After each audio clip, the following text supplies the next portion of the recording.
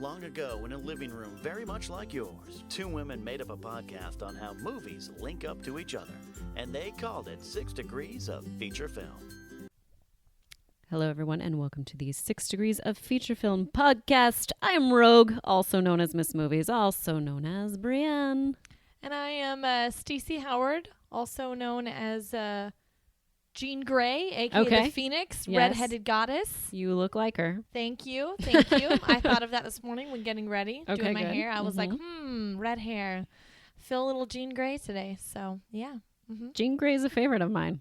She's great. Hey, we're doing X-Men today. Hey, whoa. We are, but we're starting with X2. Yes. This is 6 Degrees of Feature Film. And what do we do on this show, Stacy? So we're going to start with one film, our feature film. From there, we're going to link off to two films that have similar links. And then from those two films, another two films each with similar links. So 7 movies in total. It's like a reverse bracket. They're all going to come back to Kevin Bacon. Yeah. Just kidding. Not really. But it's like 6 Degrees of Kevin Bacon, kind of. Just winding your way through a bunch of movies, talking stuff we love. Here we go. Crazy links. Who knows? Who knows? I don't know what you're going to say. So X2 came out May 2nd, 2003. The X-Men band together to find a mutant assassin who has made an attempt on the president's life while the Mutant Academy is attacked by military forces. Directed by Bryan Singer, who also did Days of Future Past as well as X-Men Apocalypse. Yep. And written by Zach Penn, who did the story, and David Hayter. I want to say Hayter. Like Bill Hader. Sure. Let's go. Also did the story. Starring Patrick Stewart, Hugh Jackman, Ian McKellen, Halle Berry, Famke Janssen, James Marsden, Rebecca Romaine Stamos. Well, now no Stamos, right? Brian Cox, Alan Cumming, Bruce Davison, Anna Paquin, Sean Ashmore, and some other people. There's plenty of people in this. Everybody's in this movie.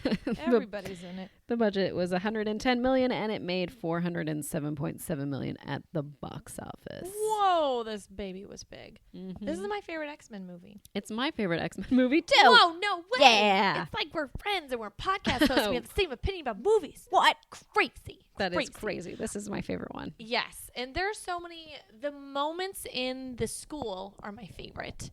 Like when the military comes in and they're attacking the kids and all the kids kind of use their powers to get out of it. Like a few of them are caught, but then a few others escape. And and then Wolverine has this big freak out and he pulls out his claws and he like stabs the guy in the fridge. And then he like totally lets out all his rage. And then Bobby looks at him in fear. There's great moments in the school in this one. That's what I remember is that particular scene. Here's my favorite scene in the film. Sorry, I jumped right to his favorite scene. You know what? We're going to try to keep this tight today, guys. Yeah. Okay, so here's my favorite scene in the movie. This is so ridiculous, but it's like Wolverine goes to get a Coca-Cola and he notices that it's warm and Iceman is there in the kitchen with him. So he's like, hands it to him. Like, could you, do your thing. Iceman cools it down for him. And I just think that is hilarious. It's super cute. And that was my favorite. And they go to Bobby's home, and remember when the cat licks the thing? Yeah. They put tea. I know. There's on the tea end on there. Yeah. Frozen tea. Mm-hmm. Yes. So the cat would I lick love it. that we look up the same trivia. We do. I love that we look it up, but we also think that it's important enough to share it because there's like 100 and something items on this. There's a lot for trivia.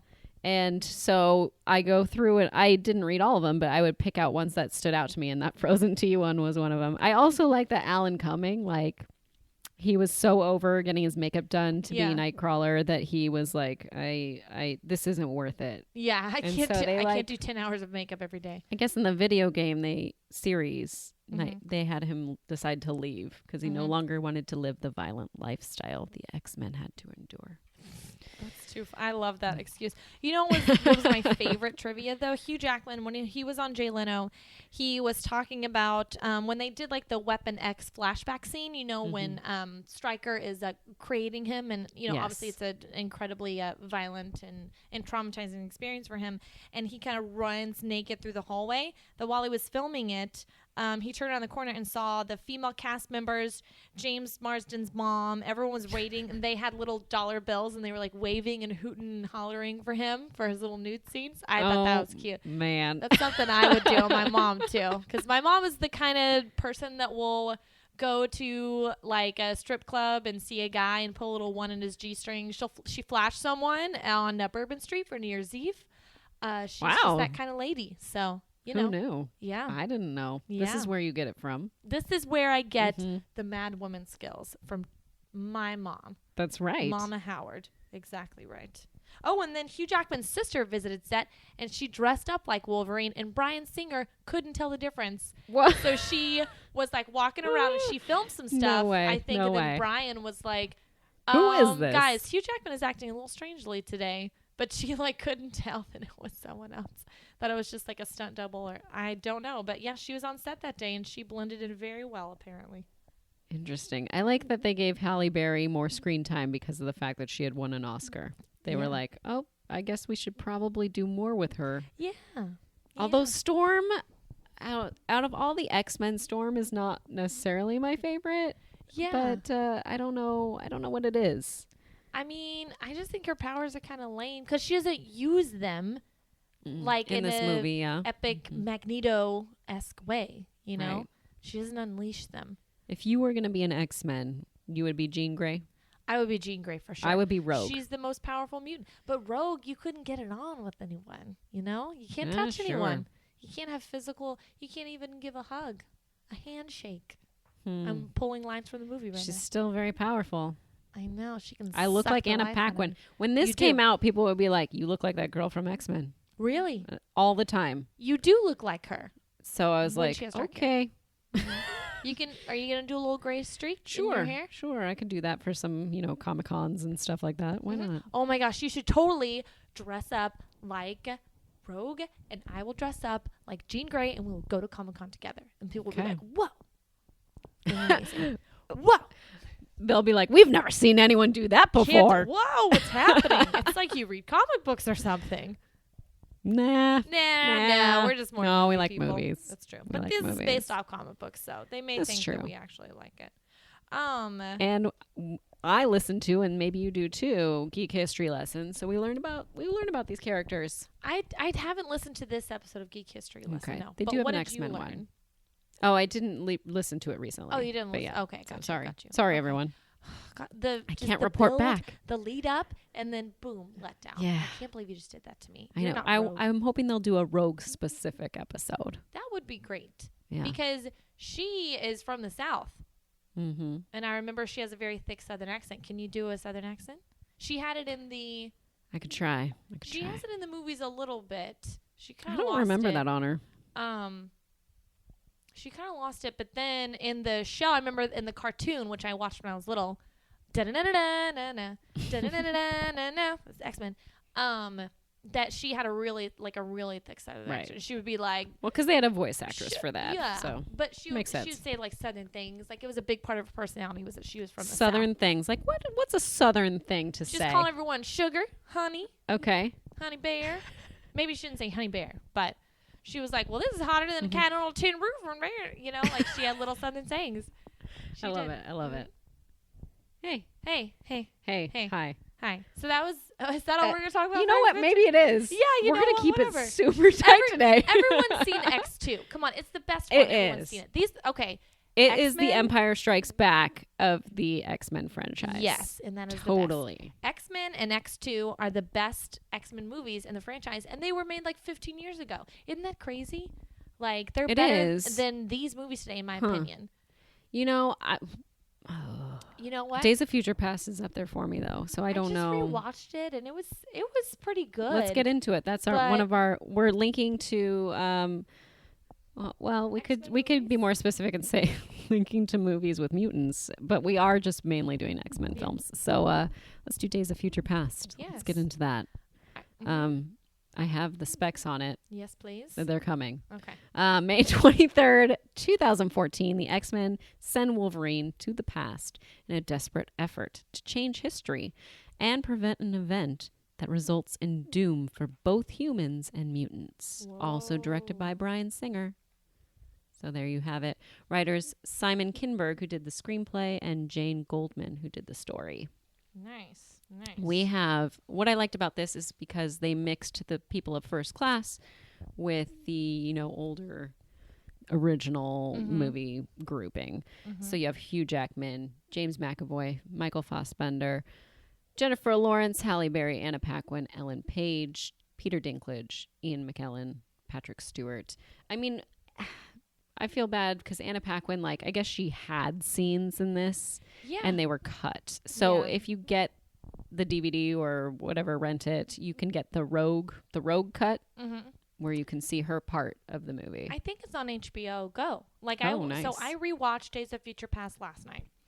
And it's on HBO Go. And when I scroll down a little bit, you know how they'll have like extras videos? And I think the Rogue cut, it said Days of Future Past, the Rogue cut. So I guess that's the whole movie. It's probably the whole movie, but it just adds the scenes that she was cut out from. So you can watch it on HBO Go. There you go. Okay, can we talk about Jennifer Lawrence's makeup for a little bit? I hate Mystique's makeup in these later movies. I really do. I think it looks so fake. It's way too bright, and it looks like literally Halloween paint. Well, like it's greasy, and you look like you could just reach forward and like wipe it off her nose. It looks awful. This the one, or is it Apocalypse where they put her in a suit? Which one did they put her in a suit? I don't know. But this one, it's for sure paint because it looks so greasy and shiny that I could just reach out and like wipe it off her nose. I swear, it looks absolutely terrible. But when you look at Mystique, Rebecca Romijn Mystique, it looks incredible. Yeah, like they must have upgraded to figure out how to do it faster, and it just didn't go right. It looks like shit. It's literally, it is so shiny. It looks like Halloween paint. I hate it. It's way too bright. The blue is way too bright. The red looks like the red on your microphone right now. I don't like it at all. Imagine getting body paint applied to me for about 5 hours and not being able to like pee after that or anything like that. Yeah. Like, how does that work? And then what, like, that you sounds walk terrible. around like you're naked. Like you are naked. Well, I'm sure you're in a trailer with a bunch of women. No, like, I'm saying, but when you're, but yeah, like, you know, when it's being applied. Yeah, yes. like all your kibbles and bits are out, you know? It's just the same as getting a spray tan. I know, but she's in the movie. Like, I'm not talking about getting it applied. Like, she's walking around, you know? Like, walking on set doing things, and she's, like, doing kicks. But there's nothing, like, what is happening? You're right. I don't know. I mean, it's not like I, like, looked down there like to see, can I see her machine? But I'm just saying, she's got nothing on. But, yeah, I think the makeup looks like shit, and it really ruins it for me. Like, it is so awful and so bright, and it looks like Halloween makeup, and it's super greasy. And they do close-ups, and I'm like, ugh, no. Okay, best part of this movie, Quicksilver, his scene? Best part. Absolutely. I'm looking forward to... I have not seen Apocalypse yet. Maybe when this comes out, I will have already seen it. But I'm looking forward to more of him. He has a great scene in Apocalypse, and they chose another great song for it. Good. Yes. That was what I was looking forward to. It was just hilarious in this movie. Let's see. This was nominated for Best Visual Effects. The budget was $200 million, and it grossed $747.9 million at the box office. So, congratulations, Days of Future Past. I do like. I don't know. I love Wolverine. He's always my favorite. I feel sad that I feel like Hugh Jackman is chained to this character forever. And it's like, how long can it go on? Is he done now? Do we know? I don't know, because hasn't he done it 10 times? Or Old Man Logan, because they're going to do one more Wolverine movie where I think it's going to be his last one. His last go around, and I think that's going to be the 10th one, because he's done it, I think, 9 times. Okay, well, this one says, including his cameo in X-Men First Class, this is Hugh Jackman's 7th portrayal of Logan Wolverine. Okay. So that means the 8th is Apocalypse. Yes. And then the 9th is going to be Old Man Logan. And they're doing it. Oh, okay. They are doing Old Man Logan. Yeah, they've confirmed they're doing it. They're doing Old Man Logan. So, and I don't know what the story of Old Man Logan is, because I didn't even see it's a good one. The Wolverine, which is the one, isn't he in Japan or something? I didn't see that one. I have no idea. I didn't see it. I saw that other one, though, the first one that came out. Oh, X-Men Origins Wolverine? Yeah, no. The god-awful one? That was bad. Yeah, it was really bad. So him portraying it this many times has he's like held the record for how many times someone has portrayed a comic book character. And so he continues to raise that bar. So 7th was the highest. Can I ask? Now it's going to be 9th. I have more questions about this timeline. Okay, because here's my first question. Okay, so we're in Days of Future Past. We see that Magneto Eric, Michael Fassbender, is in prison for trying to kill the president, or killing the president, or whatever. Mm-hmm. So, and we see in this movie that they have Hugh Jackman goes back in time, and they have Quicksilver go and get him out of the prison. How did he originally get out of that prison? Like but he didn't, right? He did, because we've already seen X-Men movies, like X2, X-Men. He's Magneto. He's out of prison. So how did he originally get out of it? Maybe he served his time. No, they wouldn't have let him out. No way. No way. Don't we see him get out in the first X-Men? No, he's already out. He's already walking around and doing shit. That's at the end of the first movie, they put him in prison. Okay. But then, these are events that for sure happened already. He goes back in the past, but he hasn't changed. Maybe he just does the same thing like he did the first time. Maybe. And they just started, not smart enough to figure it out. I don't know. I can't remember. But so that's my question: is how do you get out of prison? Good question. B, how does Mystique, Jennifer Lawrence, Raven, learn how to fight, learn how to physically fight? Because if you look at X-Men First Class, when she's a young girl, she has her powers, but she doesn't use any fighting skills. She doesn't know how to fight. So then where did she learn all that stuff? Maybe it's like the Matrix where they download it into your brain. Maybe. I mean, they're mutants. Maybe she can learn it quickly. Maybe. And then what are exactly her powers? Because I know she can change shape, but then sometimes, even in the other X-Men movies, she can float, and in this she can she'll kind of scoot, kind of she can physically move things. She's like, foo, foo, foo. She knows all this karate and all this stuff. Where did she learn all that? I still don't know. Good question. Because I'm sure people that have read the comics could tell us. I need people to tell me that. So tweet and let us know. But that's all I have to say about How did she learn all this? I don't know. There's a backstory. I'm very it's confused. definitely in the comics there. I need it. Okay. Anyway, other movie we're doing from X-Men from X2 is X-Men, the first movie. X-Men. July 14th, 2000, also directed by Bryan Singer. Two mutants come to a private academy for their kind. Guys, I sometimes just lose my spot and I'm like, I'm asleep. Weird. It is. I'm asleep. It is worded strange. Okay, two mutants come to a private academy for their kind, whose resident superhero team must oppose a terrorist organization with similar powers. There it is. I know what spelled happened. out. There's supposed to be a comma after kind. That's where I got messed up. Yep, that's exactly what just happened. Let's all talk about grammar on this episode. How dare they? Just kidding. Sometimes I'm like, I read through it and then I forget it. So that's life. I'm human. I'm not a mutant, so I can't do this properly. Yes.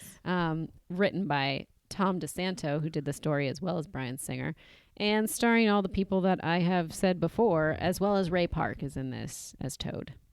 So that's the one that was missing from the other ones. I like Toad. Don't you people ever die!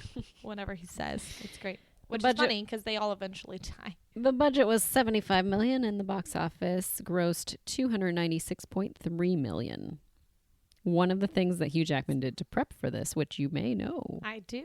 Is that he would take cold showers, which was kind of an accident that he learned that if he took a cold shower, he got kind of angry about it, but he didn't want to wake anyone up. So he was getting this pent up frustration and trying to keep it in. And he thought, oh, that's actually pretty good to figure out the characterization of Wolverine. I need to do that. So he would do that. And that sounds terrible.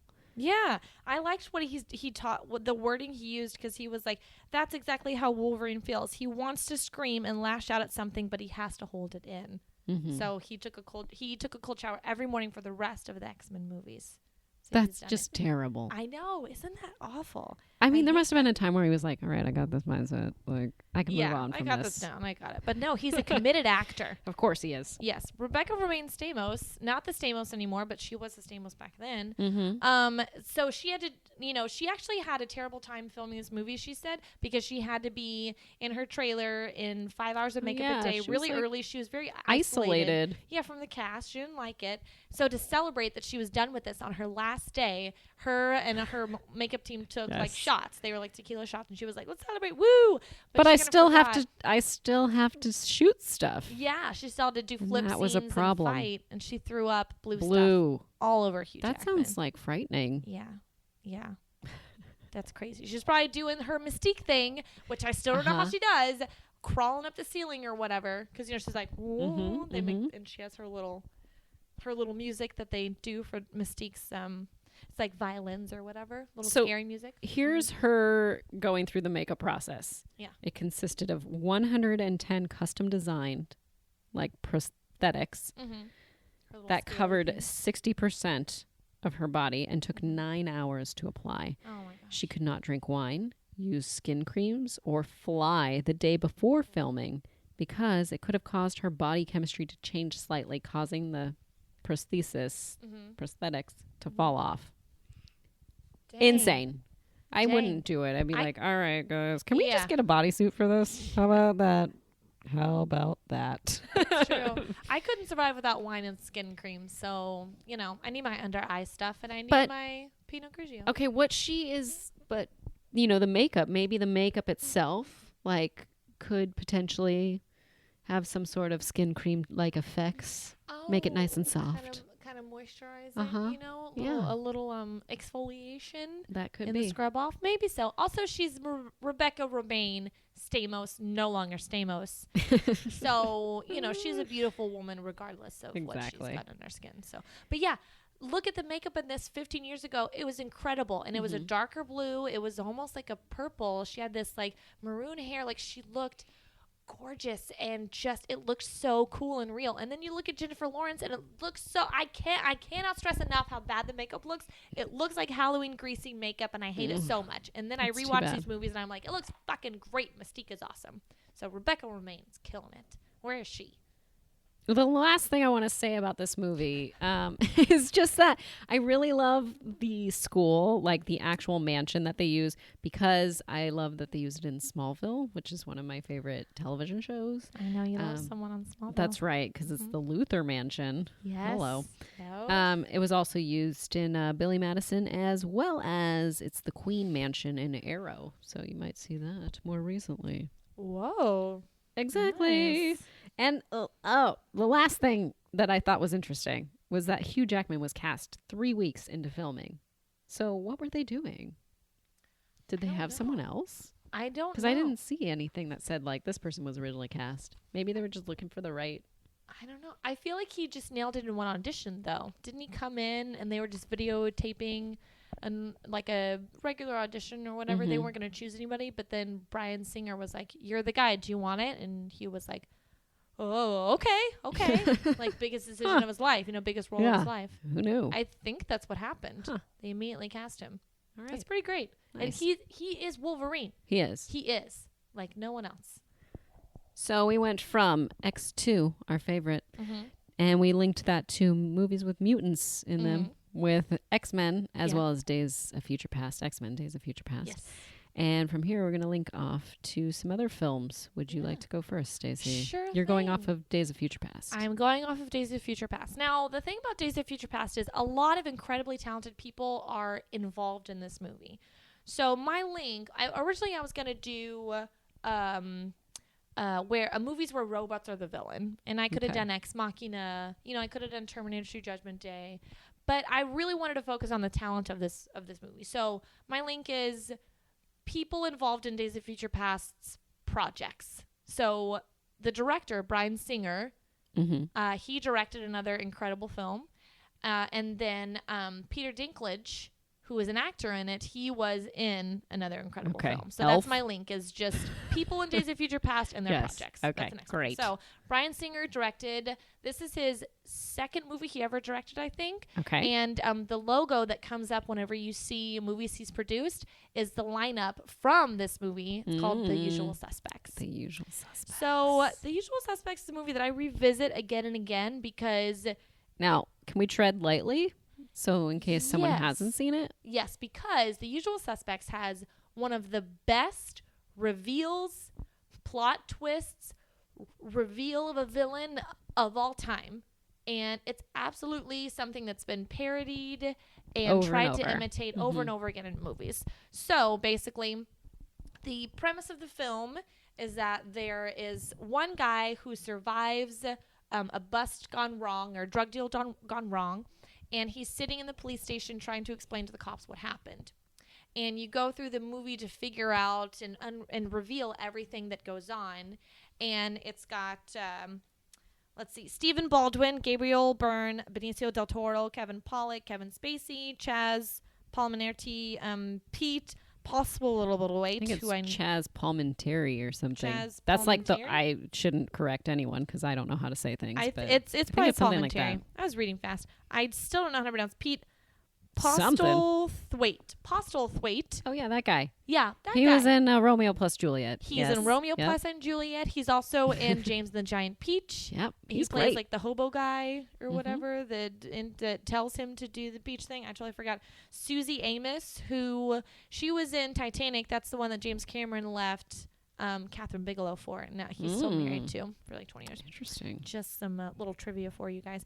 Anyway, but this is like Bryan Singer's, first movie, basically. He made one before that, but this is the big one. And it's, it still follows him to this day. It's still an example. And the famous lineup scene was originally supposed to be very serious, and they were supposed to read the lines and go on. But Bryan Singer had them do it so many times that by the end they were just kind of delirious, and they were just using all these, they just kind of let it go, and they were just like, fuck it, whatever. And so they eventually, all the actors were like cracking up. Benicio del Toro kept farting in the middle of the scenes like 12 times, they said. And so the take where they're just like all laughing is because they can't keep a straight face because they'd been filming for like 10 hours and they were like, we can't do it anymore. So he used that take, and it's like, I love it. That's what makes the movie. So The Usual Suspects, there you go. Yes. Nice. My other movie, The Station Agent. Oh, I haven't seen that one. Oh, I was like, great. what else is Peter Dinklage in? Yes. Peter Dinklage is Elf, and that's all I can think of. He is an elf, yes. That's probably his biggest movie before Days of Future Past. Yeah. So The Station Agent, when his only friend dies, a man born with dwarfism moves to rural New Jersey to live a life of solitude, only to meet a chatty hot dog vendor and a woman dealing with her own personal loss. Came out in 2003, directed by Tom McCarthy, who wrote and directed Spotlight, and also he wrote the story for Up. So talented guy, really talented guy. It's got Peter Dinklage, Bobby Cannavale, and Patricia Clarkson are the main people in it. It's just an adorable, heartbreaking, warm little movie. And yeah, it's a great indie film. And I think I know it used to be on Netflix. I don't know if it is anymore, but it's just everyone has their own personal struggles. And it's about how the people in your life help you deal with them. So yeah, that's it. Nice. Yeah. Station Agent. Check it out. I like it. So we went from X2 to movies with mutants with X-Men as well as Days of Future Past. Off of Days of Future Past, you did projects of cast and crew members from Days of Future Past with Bryan Singer's The Usual Suspects, as well as Peter Dinklage's The Station Agent. Yes. And I am going off of X-Men. Okay, so there's a scene in X-Men where Wolverine wakes up from a nightmare and like stabs through Rogue. And then she uses his powers of being able to heal himself and pretty much almost kills him. So that way she can resurrect herself, basically. Like, I'm going to die. Like, I need to grab your healing powers. So I went with movies that have resurrection themes in them. Oh, I'm not going with what you probably are thinking, which is The Passion of the Christ. I'm not going with that. I was thinking that. But I'm going to start with E.T., which came out June 11th, 1982.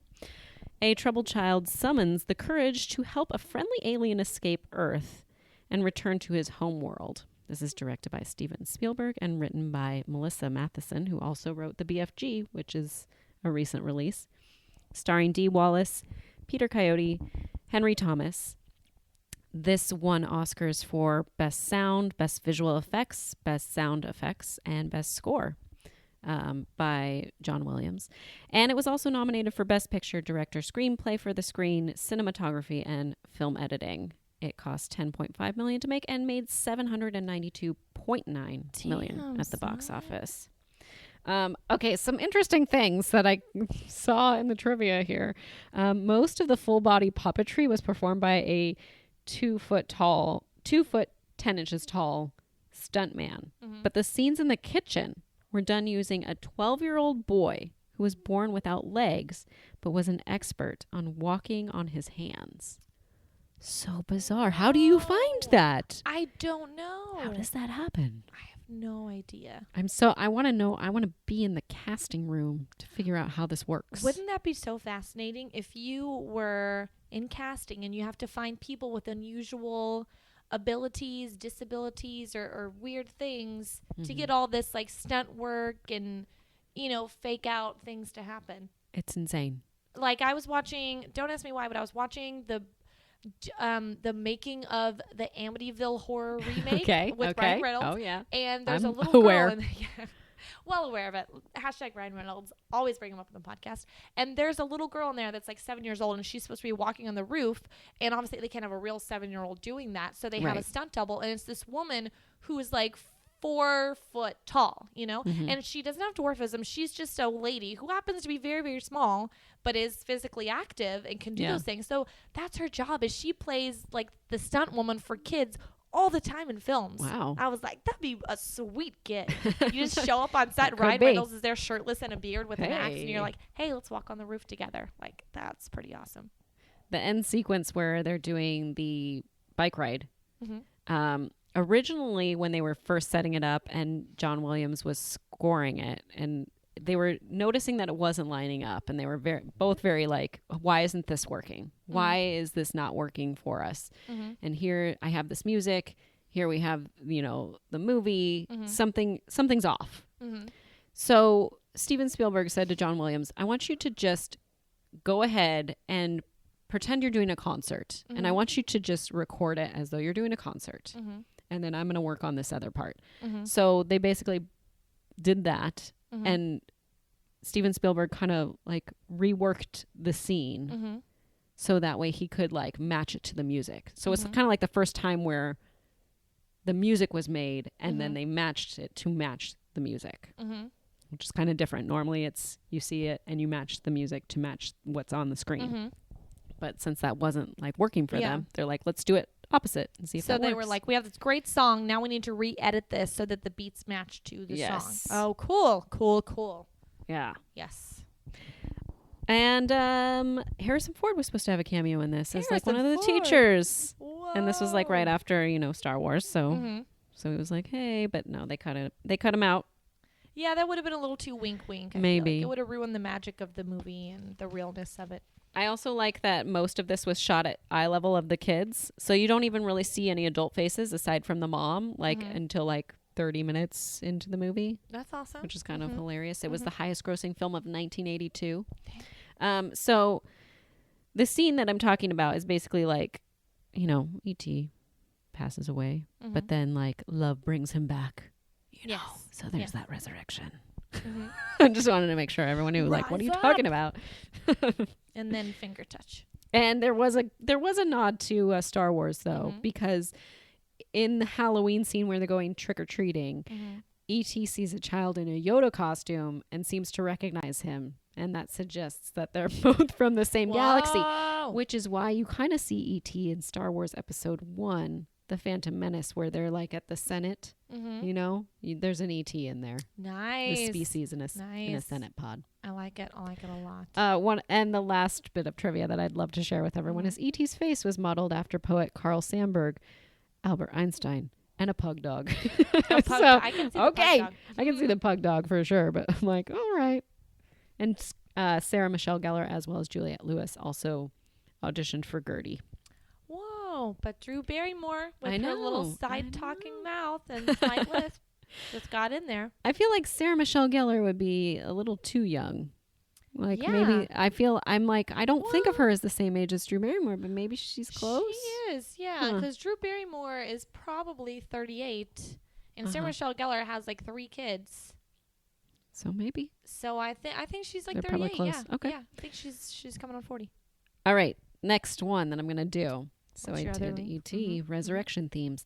The next one I have is Logan's Run. Oh. From June 23rd, 1976. Have you seen Logan's Run? I have not. Okay. So isn't it like a twist? Kind of. Okay. Yeah, there's a twist. Okay. This is directed by Michael Anderson. Idyllic sci-fi future has one major drawback. Life must end at age 30.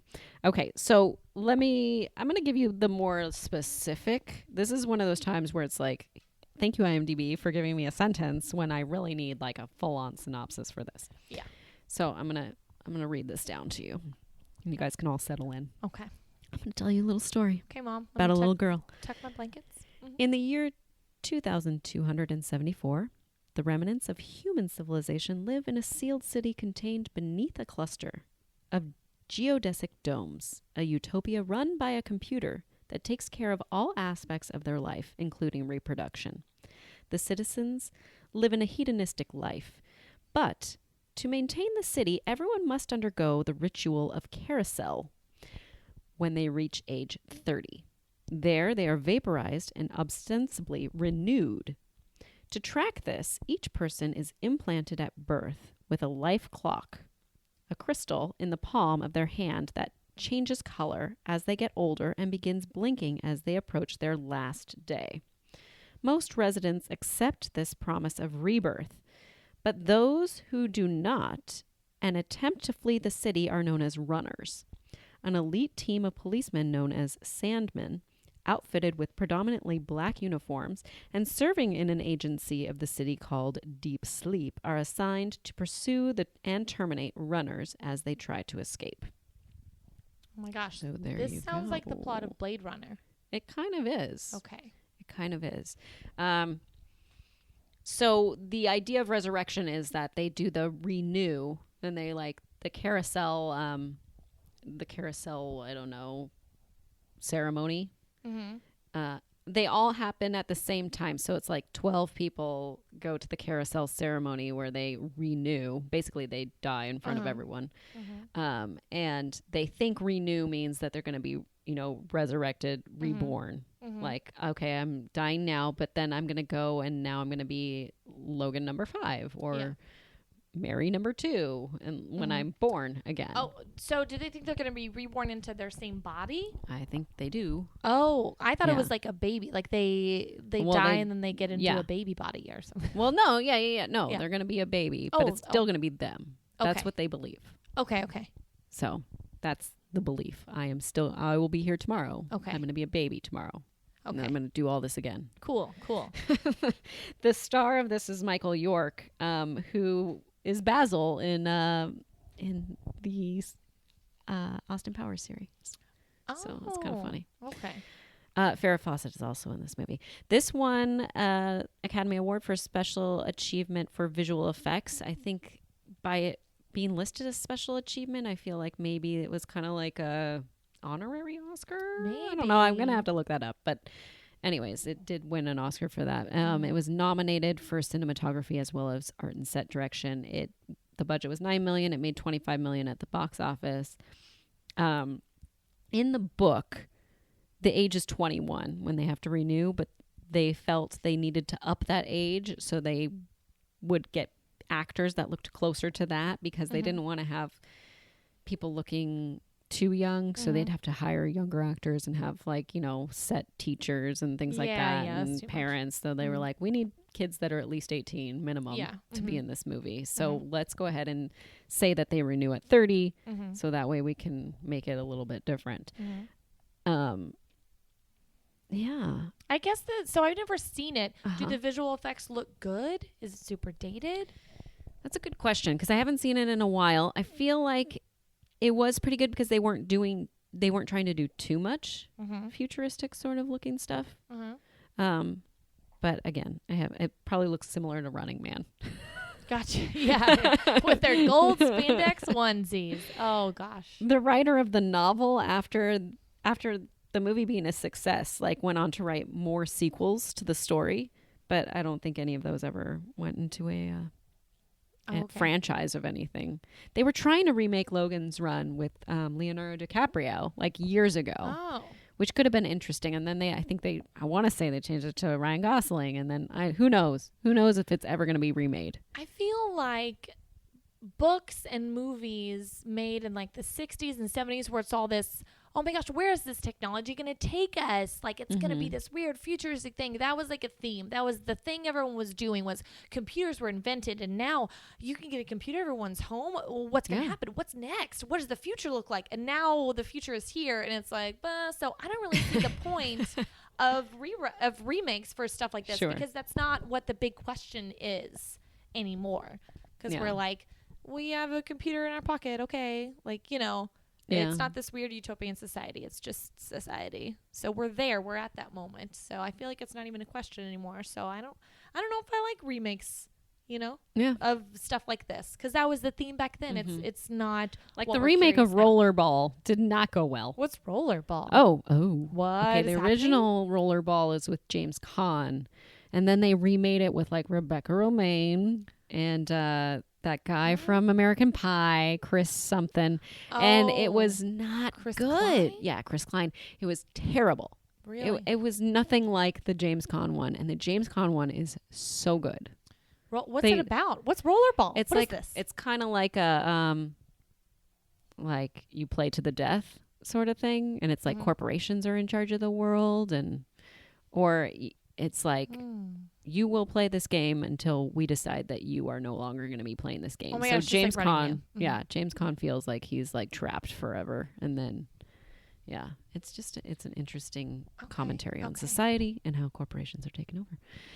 Okay. All right, I'll leave it at that. Okay. So cool. here we go. We went from X2 Yes. to movies with mutants, and we did X-Men as well as Days of Future Past. From Days of Future Past, we did projects of people in the movie with Bryan Singer's The Usual Suspects, Yes. as well as Peter Dinklage's The Station Agent.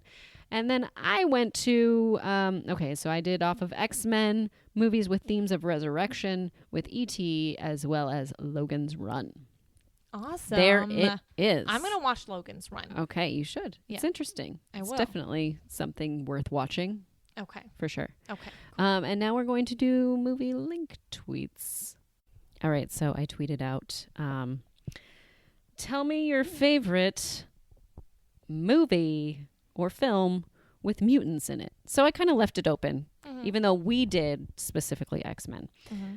So here's what I got back. Benjamin McElroy says, if Sloth counts as a mutant, then Goonies. Whoa. So there you go. Sasha Pearl Raver, hey girl, Hey. says Deadpool, X-Men First Class, Days of Future Past, 1968 Planet of the Apes, Okay. calm down, 2014 Sasha. Jeez. Dawn of the Planet of the Apes. Matthew Johnston says Total Recall with special mention for Waterworld. Waterworld. Yes. Crave Snow says X-Men is the easy answer. Can't think of any other good ones off the top of my head. Hector Navarro in all caps says Teenage Mutant Ninja Turtles 1999. Or no, 1990. There we go. 1990. 1990. Yes. There we are. What about Secret of the Ooze, Hector? Gosh. Travis Fazekas says most of the X-Men movies, X-Men, X2, X-Men United, X-Men. You basically went through all the X-Men movies. Thank you. Deadpool and Apocalypse. And let's see. Kyle Graves says Fury Road. There's some nice. mutants in there. Yeah. Matt Bush says Freaked. Matthew Johnston also chimes back in again and says also The Fly. Nice. That's pretty nice, good. nice. Cardinal Laron. Hey, the Toxic Avenger. Okay. Randall Sands says, does Jurassic Park count? Because they are genetically mutated. Sure. Let's do it. Let's do it. Stephen Malvosky says Total Recall, X-Men X2, District 9, The Descend, and Pandorum. And Joshua says Chud. There you go. What is Chud? I don't know. CHUD. CHUD. Yeah, with Okay. periods. All right, so there you have it, guys. We're going to link it to Kevin Bacon. Whoa. Kevin Bacon was in X-Men First Class with Hugh Jackman, who made a little cameo. Or who was in X2.